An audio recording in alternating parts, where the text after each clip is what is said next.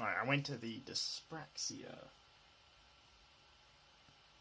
Also been taught about a bit more the Dyspraxia Association. This is a specialist. I was going to say a specialist. Okay.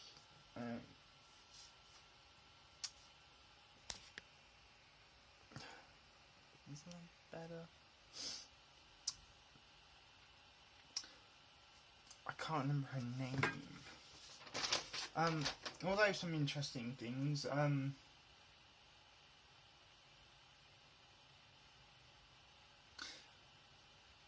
Dyspraxia and dyslexia. Apparently, you can get acquired dyslexia from a brain injury, or you can have it developmental from birth. I think I had mine developmental from birth.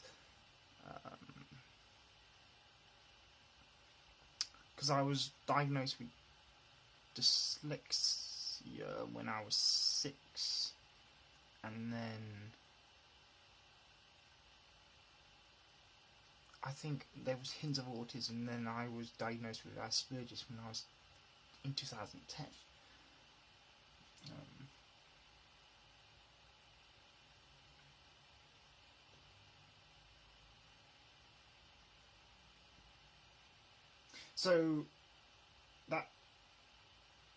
So she stated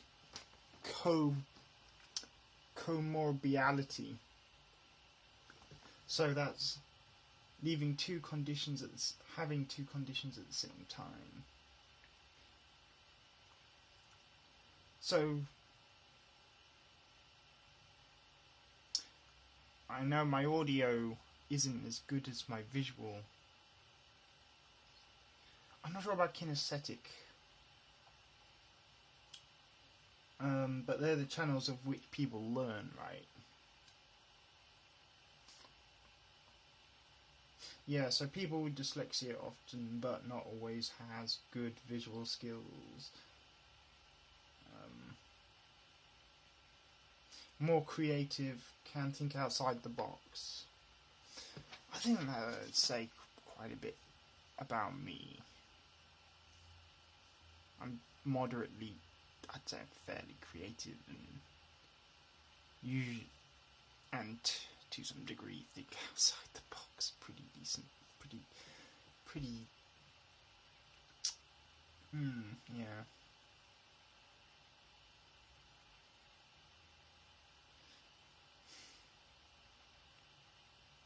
I mean, for one, it's interesting, like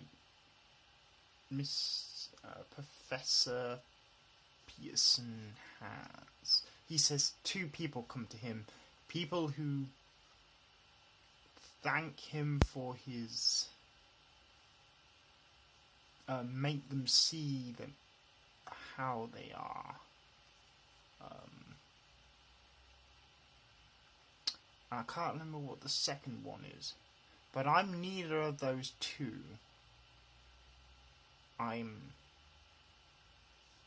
Because I found answers to things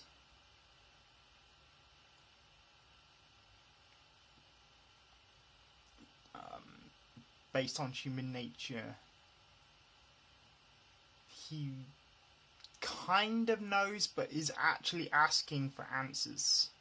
Or either that, or he's arrogant and he doesn't want to know the answers because he's been bombarded by this overlapping fame in the last 2 years that he's gotten from the media, right?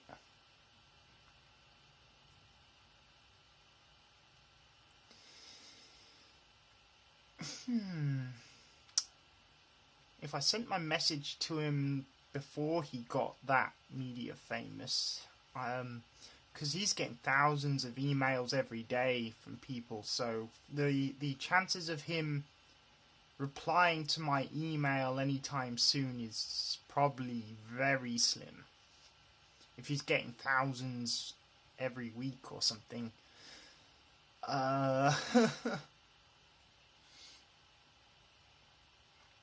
And the website for his questions, or it's not, you know, it gives you 3 different options, but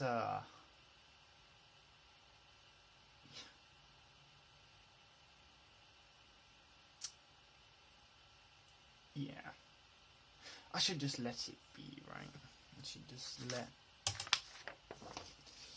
because I do have answers to some of his questions, right?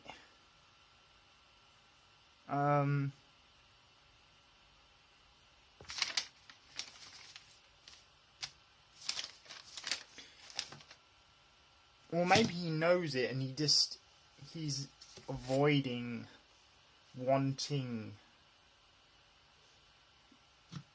Nah, that's silly. You wouldn't want to avoid wanting to know the answers to his questions. Or 2 or 3 of his main questions that he himself said he was puzzled on, right?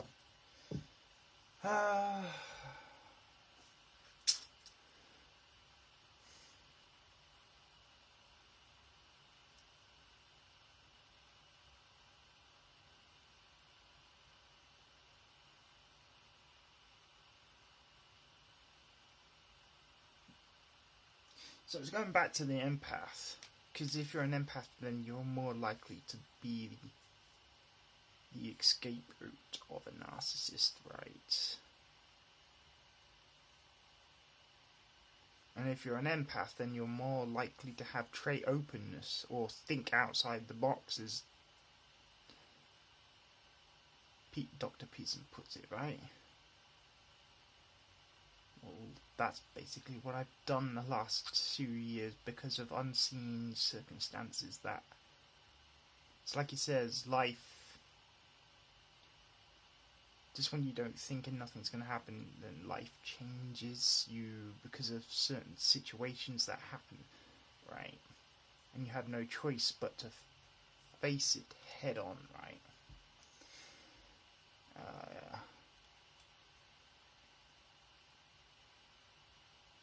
It was kind of interesting. Pardon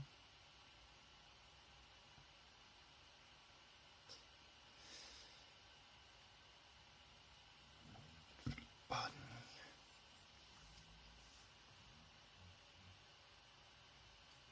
So, yeah.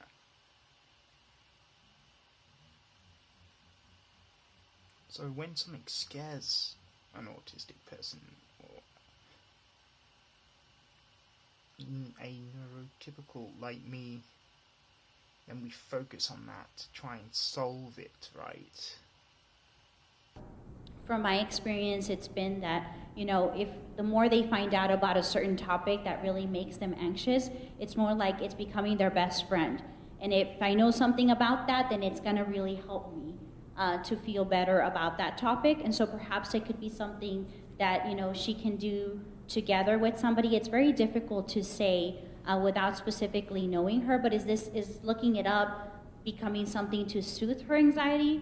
And if it's not, then we need to find something else for that. Are the things that do, I think, the most damage, and sometimes the things that you do wrong, the so-called big mistakes, can also be really good for children. And I'm not talking about when they get, at no point should a child ever be hurt in any way. You know, I'm not saying that's a good thing, that's a terrible thing and that must never happen. But I mean, like, you know, I know a lot of parents who sort of really get down on themselves because they divorce, for a random example. Mm-hmm. And I have seen children bloom through divorce. Yeah. You know, and I keep saying that some of my friends who are going through that. It's like, you're not making a big mistake. You're teaching them to not settle, and there's good things that can come from bad things, I guess is what I'm trying to say. Yeah, no, for sure. My parents split up when I was 5, and it was a very good thing. And it taught me that my mom was strong for leaving my dad, and that, like, you have to make tough choices in life, and then things are going to suck for a while, but there's a reason for it. Yeah.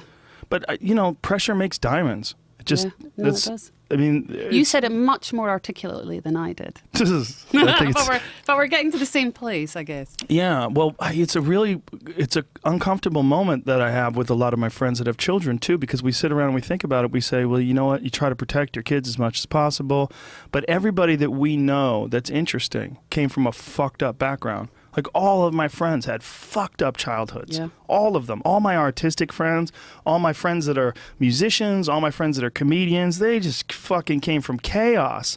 And they emerged from this rubble as this person with a purpose. Absolutely. So that's what I did.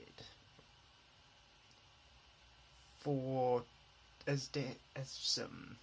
Peterson puts it, use it to enhance my life for the better, right? I mean, who wouldn't want to do that, right?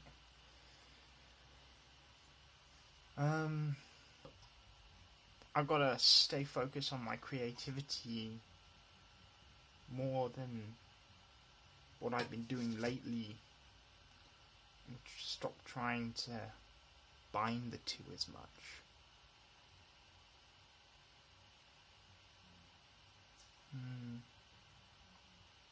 Because I feel like I've overgrown it now, because I know it so well that it feels like I don't need to keep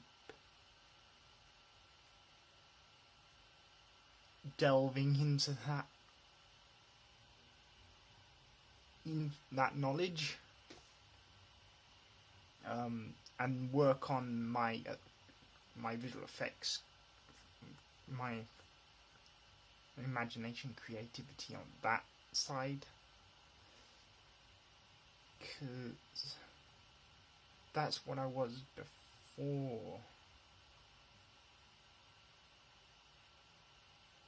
But there must be balance, so for me to be happy, I needed to know the other half.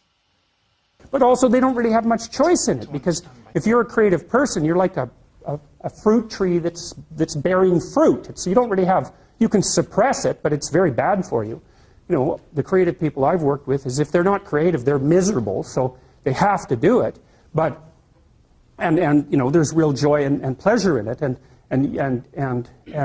psychological utility. But that doesn't necessarily mean that it's an intelligent, it's certainly not a conservative strategy for moving forward through life. So, and you know, whenever I talk to people who are creative, and you guys should listen to this, because I know what I'm talking about. If you happen to be creative, if you're a songwriter or another kind of musician or an artist or any of the other number of things that you might be, find a way to make money and then practice your craft on the side, because you'll starve to death otherwise. Now, for some of you that won't be true, but it's a tiny minority. Your best bet is to find a job that will keep body and soul together and parse off some time that you can pursue your creative thing, because then, well, as a long-term strategy, a medium to long-term strategy, it's a better one. But it's got incredibly difficult for people, musicians, for example, it's incredibly difficult for new musicians to monetize their craft, even if they're really, really good at it. So so anyway, so don't be, so I say, well, everyone's not creative, and everybody goes, oh, that's terrible. It's like, it's not so terrible. It's not self-evident that you would curse someone with high levels of creativity. And not to be arrogant and close-minded to the manipulation, right? So that's what I had to do.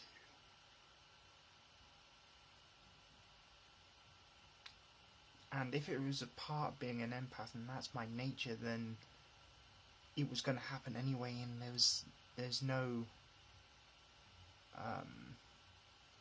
way around it, right? It had to be done.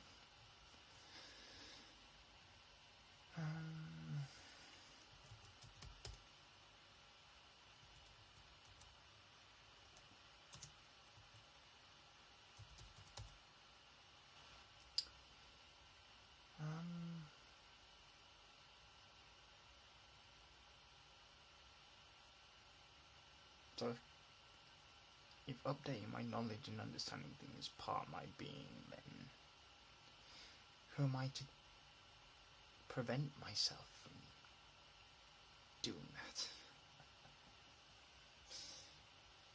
that? But there is work to be done. projects to do. And that is my being. Right.